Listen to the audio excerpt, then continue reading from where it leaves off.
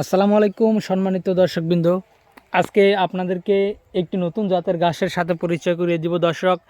এটি হলো সেই আমেরিকান 5G অর্থাৎ গুয়াতিমালা হাইব্রিড ঘাস। দর্শক, পর্যাপ্ত পরিমাণে ভিটামিন, প্রোটিন এবং ক্যালসিয়াম সমৃদ্ধ একটি ঘাস, যে ঘাসটি আপনার গরু, ছাগল, ভেড়া, মহিষ, গারল যে কোনো গবাদি পশুর জন্য বর্তমান সময়ে বাংলাদেশের একটি সেরা ঘাস।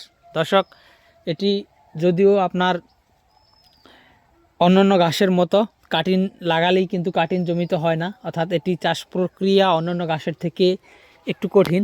দর্শক, আপনি জারা ঘাস বা পাকচন ঘাস বা স্মার্ট নেপিয়ার ঘাস জমিতে কাটিং রোপণ করলেই কিন্তু কাটিং জার্মিনেশন হয়, কিন্তু এই গাছটি সেরকম নয়। এটি আপনি কাটিং সংগ্রহ করার পরে প্রথমেই কাটিং সংগ্রহ করার বা কাটিং অর্ডার করার আগেই বীজতলা তৈরি করে রাখবেন। ধানের বীজতলা যেরকম তৈরি করা হয়, এই গাছের বীজতলাও সেরকম তৈরি করবেন। দেখা গেছে আপনার জমিতে, আপনি 1% জমিতে বা 1%-এর অর্ধেক জমিতে আপনার গোবর সার, তারপর ডিআইপি, পটাশ, এই সব সার দিয়ে তারপর জমিটা ভালোভাবে চাষ দিয়ে নেবেন। তারপর চাষ দিয়ে জমিটা আপনি পানি দিয়ে ভিজা ভিজা অর্থাৎ রস রস রেখে দিবেন।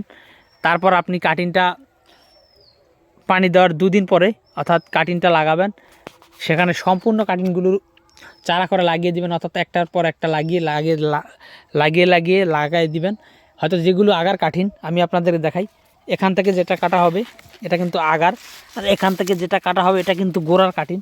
অর্থাৎ যে আগার কাটিংটা আপনি মাথাটা একটু মাটির উপরে রেখে লাগাবেন, আর গোড়ার কাটিংটা আপনি সম্পূর্ণটা মাটির নিচে দিয়ে লাগিয়ে দিবেন।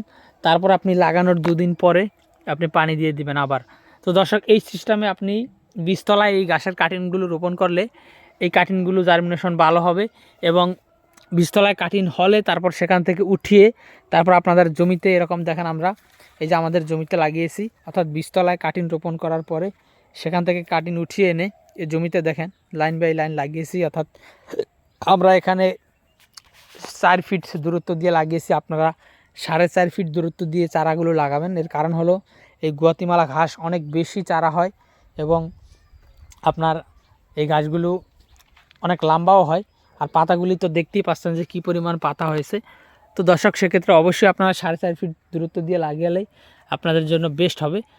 তো দর্শক, আপনারা যদি এই ঘাসের কাটিং আমাদের কাছ থেকে সংগ্রহ করতে চান তাহলে অবশ্যই স্ক্রিনে দেওয়া নম্বরে যোগাযোগ করবেন।